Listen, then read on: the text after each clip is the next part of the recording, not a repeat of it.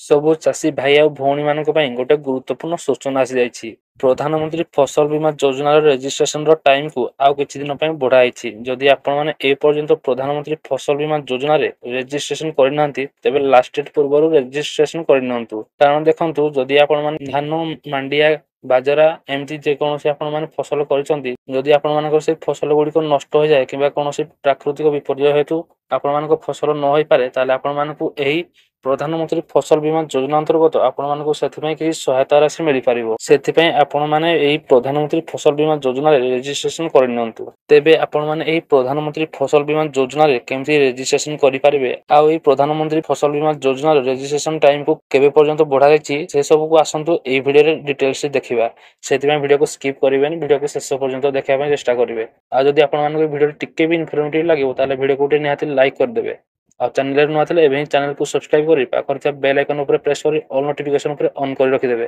ଯାହାଫଳରେ ଏହିଭଳି ଆପଣମାନେ ଯାହା ବି ନୂଆ ନୂଆ ସରକାରଙ୍କ ତରଫରୁ ଯୋଜନା କିମ୍ବା ଅନ୍ୟାନ୍ୟ କୌଣସି ଅପଡେଟ୍ ଆସିବ, ତାହାର ନୋଟିଫିକେସନ ସର୍ବପ୍ରଥମେ ପାଇପାରିବେ। ସେଥିପାଇଁ ଚ୍ୟାନେଲକୁ ସବସ୍କ୍ରାଇବ କରି ରଖିଥାନ୍ତୁ। ଦେଖନ୍ତୁ, ଏହି ଅପଡେଟଟି ସମବାୟ ବିଭାଗ ତରଫରୁ ଏକ୍ସ ହ୍ୟାଣ୍ଡେଲରେ ପବ୍ଲିଶ କରାଯାଇଛି। ଚାଷୀ ଭାଇ ଓ ଭଉଣୀଙ୍କ ନିମନ୍ତେ ଜରୁରୀ ସୂଚନା। ପ୍ରଧାନମନ୍ତ୍ରୀ ଫସଲ ବୀମା ଯୋଜନାରେ ଚଳିତ ଖରିଫ ଋତୁ ପାଇଁ ପଞ୍ଜୀକରଣର ଅବଧି ଅଗଷ୍ଟ 31 ତାରିଖ ପର୍ଯ୍ୟନ୍ତ ବୃଦ୍ଧି କରାଯାଇଛି।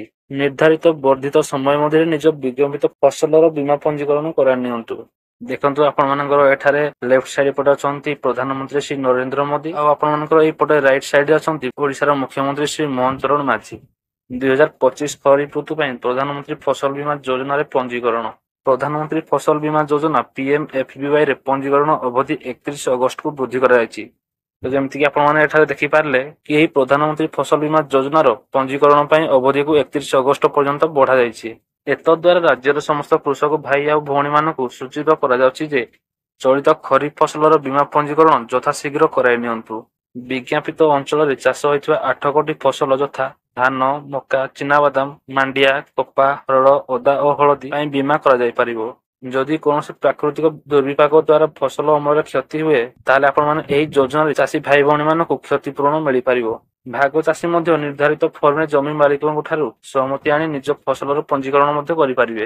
ଆଉ ଯେଉଁମାନେ ଋଣୀ ଚାଷୀମାନେ ଋଣ ନେଇଥିବା ଅନୁଷ୍ଠାନ ଯଥା ପ୍ରାଥମିକ କୃଷି ସମବାୟ ସମିତି PACS, ବୃହଦାକାର ଆଦିବାସୀ ବହୁମୁଖୀ ସମବାୟ ସମିତି LAMPCS ଓ ବ୍ୟାଙ୍କ ଶାଖାରେ ଏହି ପଞ୍ଜୀକରଣ କରାଇପାରିବେ।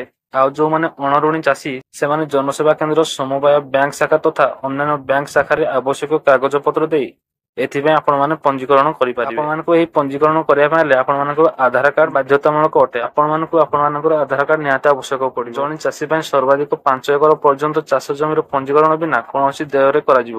ଦେଖନ୍ତୁ, ଆପଣମାନଙ୍କର 5 ଏକର ଜମି ପର୍ଯ୍ୟନ୍ତ ଆପଣମାନଙ୍କୁ କୌଣସି ଟଙ୍କା ଦେବା ପାଇଁ ପଡ଼ିବନି। ଆପଣମାନେ ଫ୍ରି ଅଫ୍ କଷ୍ଟ ପଞ୍ଜୀକରଣ କରିପାରିବେ। ଆଉ ଦେଖନ୍ତୁ, କେବଳ ଆପଣମାନଙ୍କର ବ୍ୟାଙ୍କ ଆକାଉଣ୍ଟ ଭାଲିଡେସନ ପାଇଁ ଆବେଦନ ପତ୍ର ପିଛା କେବଳ 1 ଟଙ୍କା ଦେବାକୁ ପଡ଼ିବ।